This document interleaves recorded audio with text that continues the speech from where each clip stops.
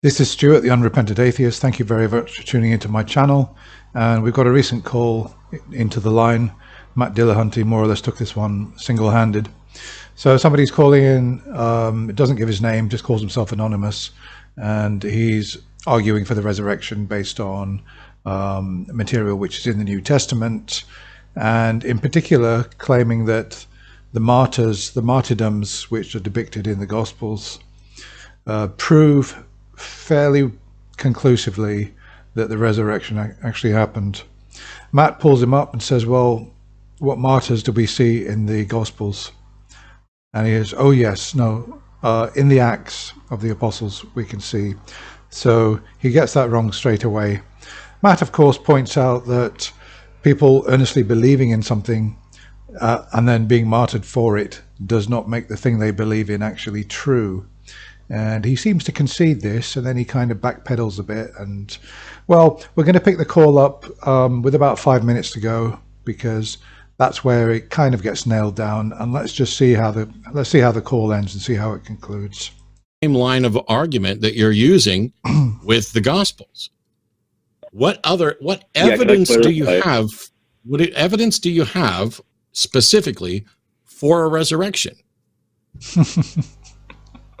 I think that what's relevant is that a witness that has motive to tell the truth isn't necessarily perfect, but a witness who has the means to tell the truth also isn't perfect. You don't have any witnesses. You do not see, here's the thing. I just asked you what evidence you had for a resurrection, and you start talking about witnesses. Demonstrate that you can point to any witness at all.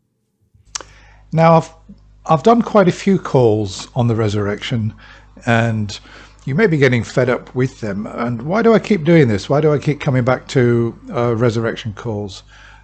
For one simple reason.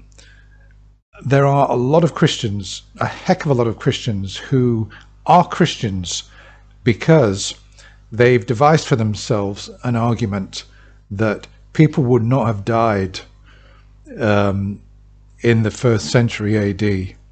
Christians would not have died for nothing, that Jesus must have been resurrected if people were prepared to put their lives on the line, and they would not recant, even when given the opportunity to do so, although I don't know how much evidence there is for that. But there must have been a resurrection because of the fact that there were martyrs. Matt pointed out quite correctly that there have been martyrs throughout history for various causes, which really nullifies the entire argument. But people still cling to it, and I keep coming back to these resurrection calls because we hear the same arguments over and over again, and we see them debunked over and over again, but yet people are still Christians because they think that it's sufficient evidence that there are reports in the New Testament that people were martyred for their beliefs, and that therefore what they experienced and saw must have been true. Well, even if I concede that the Gospels aren't eyewitness testimony, I can still point to Paul. I can still point to Paul wasn't a witness. Paul was not a witness. No, sir. No, sir. Paul was not a witness to any of this. Yeah, the reason he's pointing to Paul is because Paul supposedly had this Damascus Road experience, and he's assuming that if this Damascus Road experience was the risen Jesus, then, Jesus must truly have been resurrected, and he counts that as evidence. Paul persecuted Christians by his own. Do you even know the Bible that you're talking about? A Damascus Road experience is not a witness of the resurrection. Sure, I don't think any of them witnessed Jesus go from death to life. The thing about the Damascus Road experience is people assume that it literally happened. It may well be that, you know, at some point Paul felt that, he felt that Jesus was divine. He was persuaded, for whatever reason, that Jesus was divine and that it was all real. And he decided that he was going to start promoting this religion. And it may well be that poetically he thought it would be a really nice way to fashion the narrative to talk about this Damascus Road experience. And it may well be that he had no such experience at all, that he just decided from, various things he'd heard in the oral tradition and whatever, some of the sayings of Jesus, he may have just decided that this is true, this is going to be a religion, this is going to be a big thing, but I need something pretty spectacular to help get the religion going. I had a big experience, I had a vision, etc. So even that is not by any means historical. I think that they were rather seeing Jesus after his death, now risen. So I guess I would so say you don't get to. that. So when I ask you what evidence do you have, and you immediately go to eyewitnesses, and then you can't provide a single statement from any eyewitness. Now I'll ask you again: what evidence do you have for the resurrection? Well, we have a number of witnesses to eyewitnesses, right? So we have a number of different New Testament writings all depicting the same You individuals. have a bunch of saying stories that claim there were eyewitnesses. That's hearsay upon hearsay.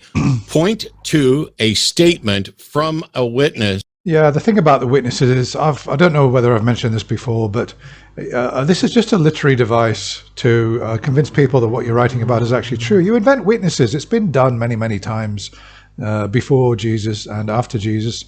And I was reading quite recently, in the 17th century, there was a man in England who was going around writing down various stories and making various claims.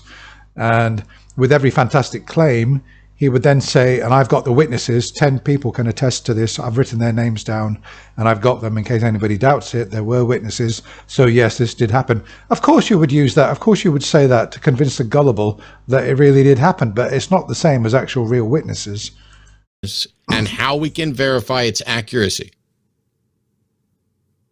I think that what you're doing is a little bit special pleading, because no, sir. I think that what you're doing is dishonest as fuck. If I told you that somebody stole a bicycle from down the street, but I couldn't produce any witnesses, I couldn't produce anything but a story, that wouldn't be enough. But suddenly, you're calling into a show to claim that there's good reason to believe there's a resurrection. And every single time I exercise an ounce of skepticism to ask you to demonstrate the truth of it, you duck and dodge and twist and turn. You are not being honest with yourself on this subject. And now you're trying to claim that I'm engaging in special pleading.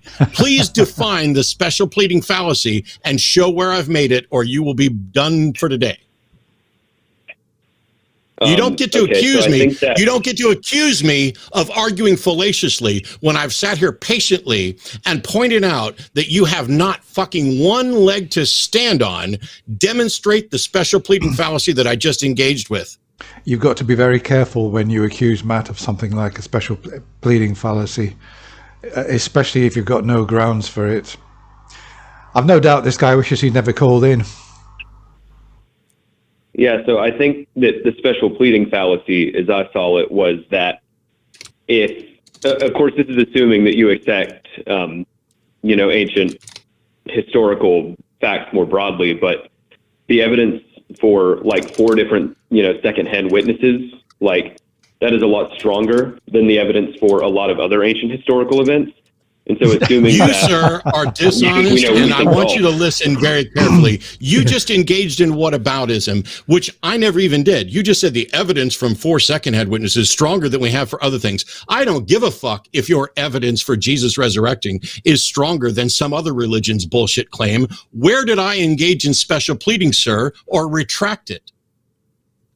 Well, of course, he said that the evidence for those witnesses is stronger than many other sort of ancient claims. He did not specifically say religious claims. It's a pity that Matt didn't call him out on that and say, name me one ancient sort of historical claim that has got weaker evidence for it than for those witnesses who supposedly saw the resurrection.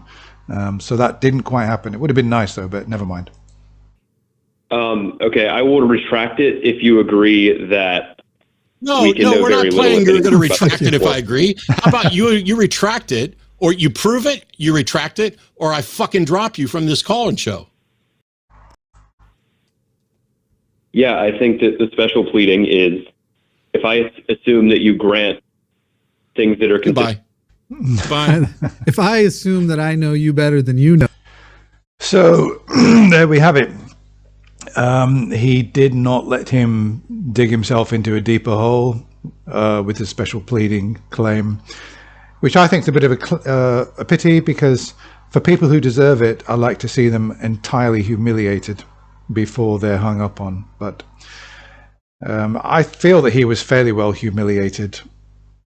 And if I was in his shoes as a Christian, I'd be wishing I'd never called up. It would be something I would want to forget forever.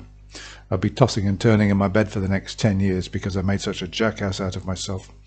Let me know what you think, but we're no closer to getting any kind of fair evidence for the resurrection. And to me, the resurrection still remains just a device, just a story in a book, which was invented to, I don't know, just to gather in as many new believers as possible, that this is a special religion, that this really happened, and that therefore Jesus is divine, this miracle happened. So it's just a story, it's just propaganda. Thank you for watching, and I'll be back again with another clip very soon. Bye for now.